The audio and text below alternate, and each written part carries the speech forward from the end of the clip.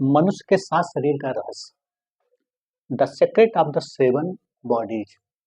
तो पहला शरीर है भौतिक शरीर। तो अगले 7 वर्षों तक मनुष्य का भौतिक शरीर की वृद्धि होता है। ये पूरी तरह से अन्नमय शरीर है, इसे प्रकृति सबल बनाती है। और उसके बाद भाव शरीर।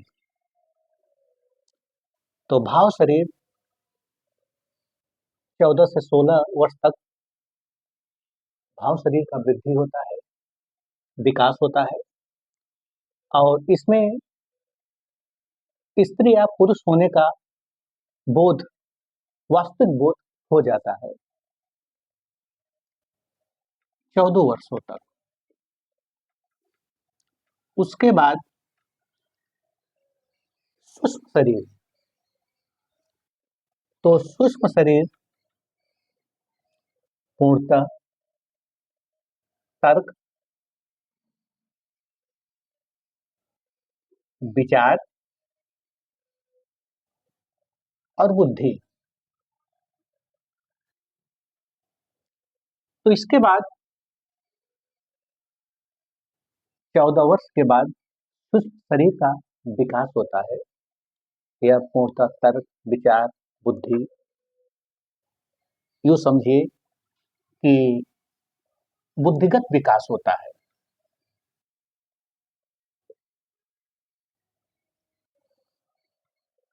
यह निर्भर है आपके शिक्षा, संस्कृत, सभ्यता।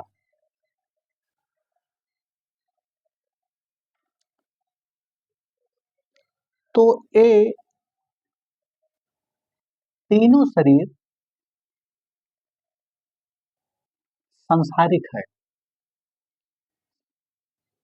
संसार में ही भ्रमण करने वाले।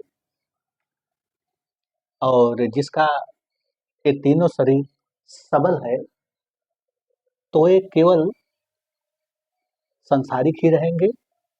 उन्हें अगर इतने पर आगे के तल पर अगर विकास नहीं हुआ, तो बाकी सब उनके लिए बकवास लगता है, बाकी सबसे उससे कोई मतलब नहीं रहता है। तो संसारिक होने का मतलब ये समझिए कि कर्म, शक्ति, प्रवृत्ति,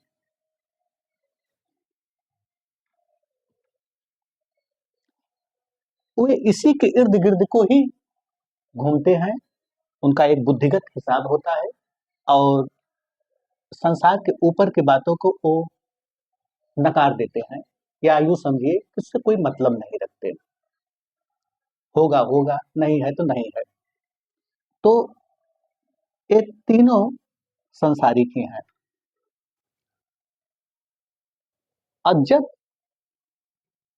व्यक्ति इन तीनों तल से ऊपर उठता है कोई साधक, तब मनस शरीर, एक पूर्णतः साइकिक बॉडी।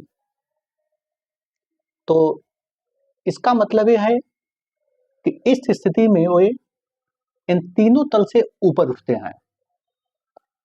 एक प्रकार के संसारिक होते हुए भी उनकी बुद्धि, उनका विकास संसार से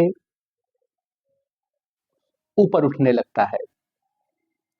तो इसमें क्या होता है, कल्पना। यह खतरनाक भी हो सकता है।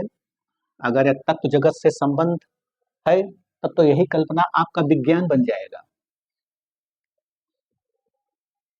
और यदि संबंध नहीं है, तो यही कल्पना चोट भी पहुंचाता है। जब कोई साधक मनस शरीर की स्थिति में पहुंचता है, इस तल पर पहुंचता है, तो उसके साथ एक डर सदैव लगा रहता है।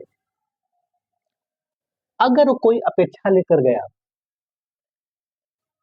तो कभी कभी वह अपने ही शरीर को चोट पहुंचा सकता है, क्योंकि अगर वह कल्पना शारीरिक हुआ तो उसे किसी न किसी गंभीर बीमारी जकड़ लेगा।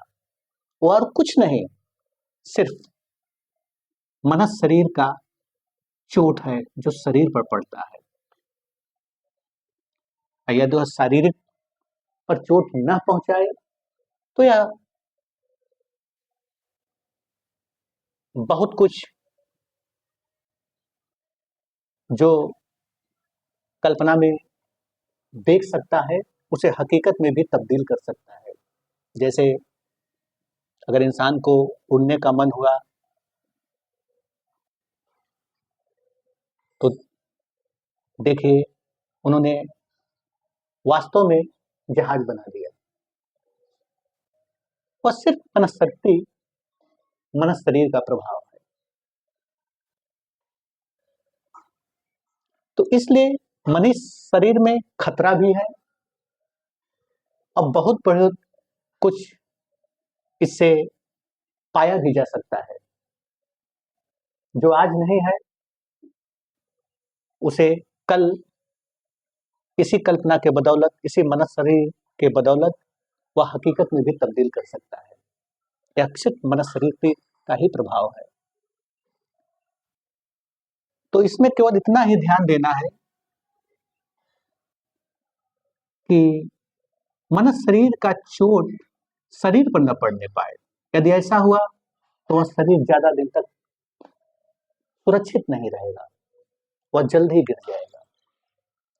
अब इसके आगे का जो शरीर है उसे शरीर नहीं कहा जा सकता है, वह पूर्णतः अशरीरी है, जिसे कहीं आध्यात्मिक शरीर भी कहा गया है, कहीं आत्मवादी कहा गया है, लेकिन यह पूरी तरह से अशरीरी है। जब वो इन मनस शरीर के ऊपर उठता है, इन चारों तल से ऊपर उठता है, तब वह अशरीरी का अनुभव करता है। यह करीब करीब ऐसा है जैसे फूल खिल गया और उसका खुशबू इन हवाओं में मिल गया। अब उसकी व्याख्या नहीं हो सकता, उसका व्याख्या नहीं किया जा सकता।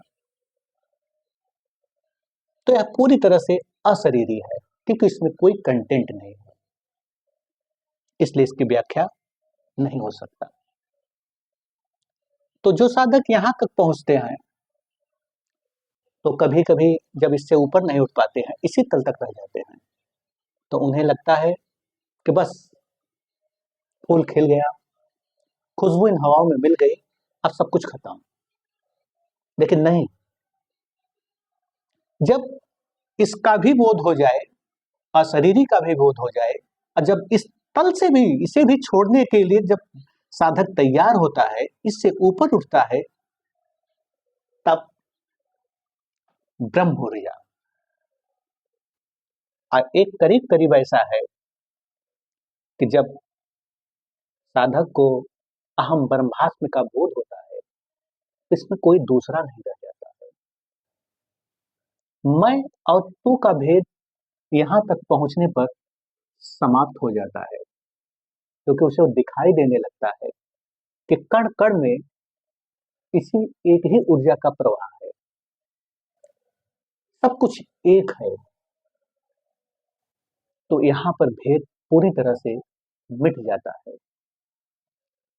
सिर्फ यही ऊर्जा रह जाता है। तो इसका मतलब कि इस स्थिति पर पहुंचने पर साधक पूर्णतः अस्तित्व के साथ तादाम स्थापित हो जाता है, वह उस ऊर्जा के साथ एक हो जाता है और उसे फिर उसका सारा भेद सब मिट जाता है। उसे लगने लगता है कि कण कण इसी ऊर्जा का ही साकार रूप है। उसके बाद अंतिम शरीर है निर्वाण, यानी इसका इतना ही अर्थ है कि अब वो ऊर्जा भी विलीन हो गया, अब कुछ शेष भी नहीं रह गया, अब कुछ रह ही नहीं गया, यानी सब कुछ शून्य हो गया। यानी दिया बुझ गया, या यूं समझिए कि सूरज डूब गया। डूबने का अर्थ यह नहीं कि अंधकार हो गया, डूबने का अंत यह हुआ कि सब कुछ शून्य में विलीन हो गया। मैं सुनील तिवारी, यह वीडियो अच्छे लगे तो इसे कृपया लाइक करिए,